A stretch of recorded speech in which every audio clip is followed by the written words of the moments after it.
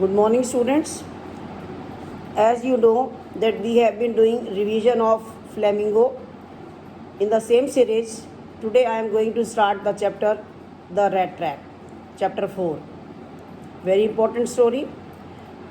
Once there was a man who used to sell small rat traps made of wire. These rat traps were made by him in his free time. He used to collect the material required by begging from stores or big farms. Still, his business was not earning him any profits. Therefore, he had to beg or steal in order to survive. His clothes were old and torn. His cheeks were lowered inside due to malnutrition, and one could easily see hunger in his eyes.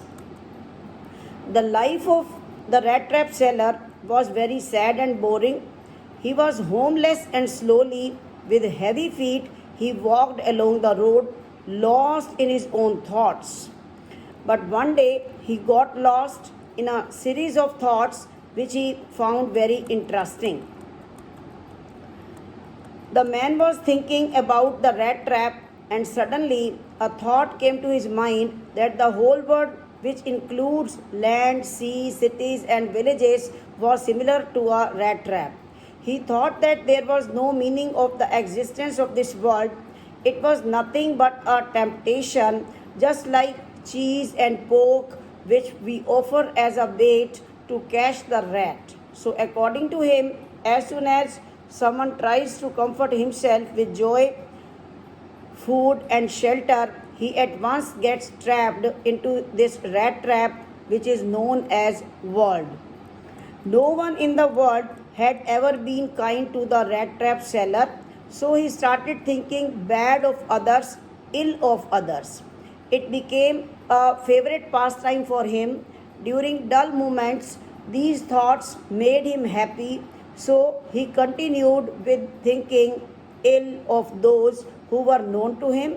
He would imagine those people who were already trapped in the rat trap of worldly things, and also those who were about to get trapped in it.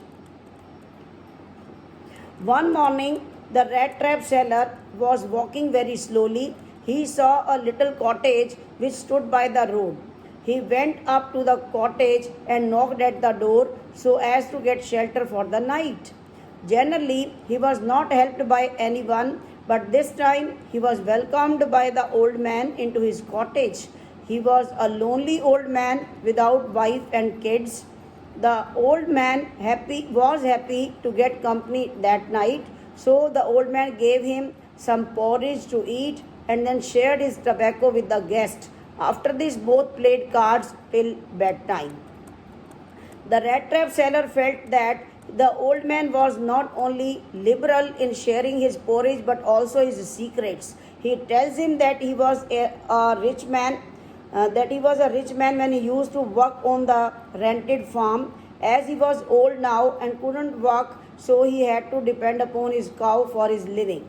The cow gave enough milk every day to be sold in the factory that produced cheese and cream. The old man said that he was able to earn 30 kroners last month because of the cow's milk. The rat trap seller did not believe the old man's words that a cow could earn him so much. Therefore, the old man took a leather pouch which hung on a window and took out three notes of 10 kroners, and each which were old and crushed. He showed those crunchy notes to make him believe his words and then kept them back in the pouch. Next morning, both the rat trap seller and the crofter woke up early, as the crofter was in a hurry to milk his cow. Even the rat trap seller felt that as the owner of the house had awakened, so he should not leave the bed.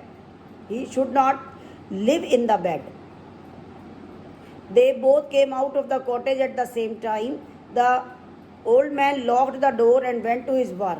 The rat trap seller also thanked him and went on his way. After half an hour, the rat trap seller returned to the cottage and he broke down the window pane where the pouch was hung. He took away the money, kept it in his pocket, put the pouch back at its place, and walked off. The peddler was quite happy as he had money in his pocket. He then thought of walking through the forest as it was unsafe to walk on the highway because he feared being caught by police. So initially it was not difficult to walk through the forest, but later on it got confusing for him as he forgot his way. He tried hard to walk in the right direction but in vain as he found himself at the same place again and again. At this point of time, he started thinking that now he himself was caught in the trap of the world just like other people. He was fooled by the bait of money which he had stolen from the old man's house. The forest seemed like a prison full of trunks and branches. It was like an impassable prison. As it was the month of December, it got dark early. As it got dark, his hope of escaping the forest also reduced. The danger to his life increased, and so did his feeling of being hopeless.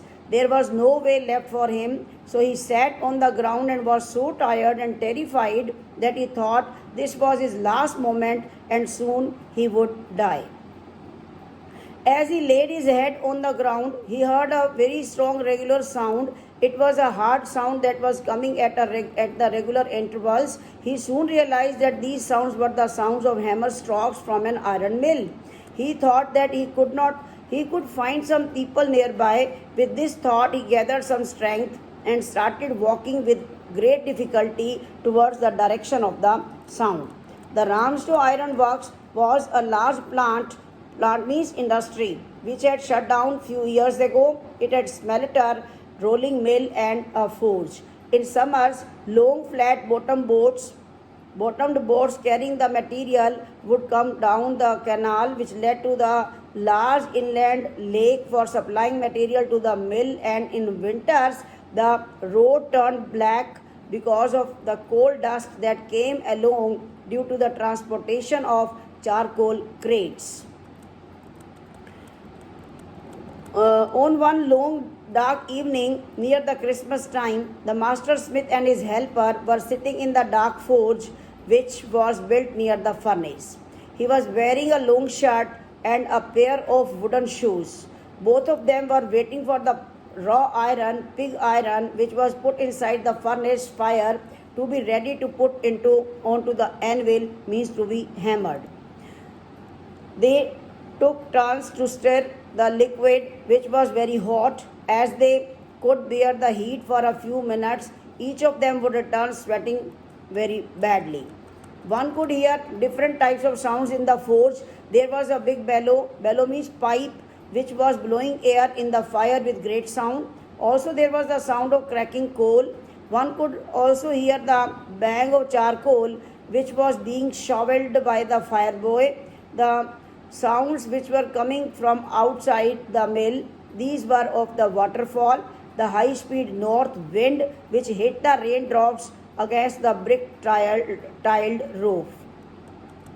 It was due to these different types of sounds that the blacksmith did not realize that a man had opened the gate of the forge and had entered, till he came and stood near the furnace. Many homeless people used to get attracted to the lights of the forge, which peeked through the window panes, which were covered with the black powder of burnt coal. They would seek shelter there. They would warm themselves with the help of the burning fire. As the blacksmiths were accustomed to visitors, they were indifferent to the man. They just looked at him. The rat trap seller's appearance was similar to that of other wanderers. He had a long beard, was dirty, and wore old worn out clothes, and had a bunch of rat traps hanging from his chest. The peddler tried to seek permission from the blacksmith so he could stay in the forge, for a night. He allowed the peddler with an arrogant consent by just nodding and did not say a single word to him. The peddler also said nothing because his main aim was to warm himself and sleep. The owner of the Ramsto iron mill in those days was a very ambitious person whose aim was to sell only the finest iron into the market. Therefore, he used to keep a check on the workers both during the night and the day. The owner was on a night inspection visit when the peddler entered the forge. Unlike the blacksmith, the ironmaster at once noticed the peddler, who was sitting so close to the furnace that steam was coming out of his torn clothes. He not only went near him but also removed the wanderer's hat that was bent to one side so that he could see the man's face clearly. When the ironmaster took off the peddler's hat, he mistook him as an old acquaintance, as an old friend. Nice aloof. The peddler did not know him, nor did he seen this man before, but he thought if this man mistook him as his old companion and gave him some money out of pity, then it would be a good thing. Therefore, he did not let him know that he had mistaken him as Nice aloof. So the peddler started a conversation with the ironmaster by saying that things did not go well with him. So to this, the ironmaster replied that he had made a big mistake by leaving his job in the army, in the regiment. He also added that if he would have been working in the regiment at that time when he resigned, though he would not have let him do so. Later on, he invited him to his home. Okay, now you are moving towards my home. The rat trap seller did not find it to be a good idea to visit the ironmaster's place. He was frightened with the idea of visiting to the large house of an old soldier, which according to him was not safe. After all, he had the stolen money with him. He did not want to put himself in danger. His intentions were to sleep in the forge and then go away from there without even being noticed.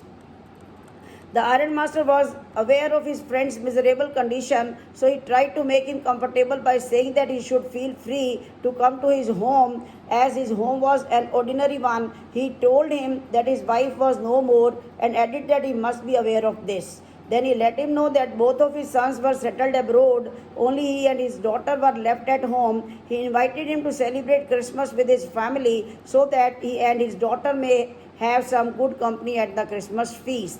Though the ironmaster made many attempts to invite him, the peddler did not accept the invitation. So at last he says to blacksmith Sturgeonstorm that it seemed that Captain Volstolle, means that peddler, wanted to stay with him in the forge. Then he laughed and went away, but the blacksmith knew that he was hiding something. After a gap of half an hour, the ironmaster sent his daughter. He hoped that his daughter may bring his friend home, as he believed that she was better in persuading others. Okay, rest of the part I will teach you tomorrow. Thank you.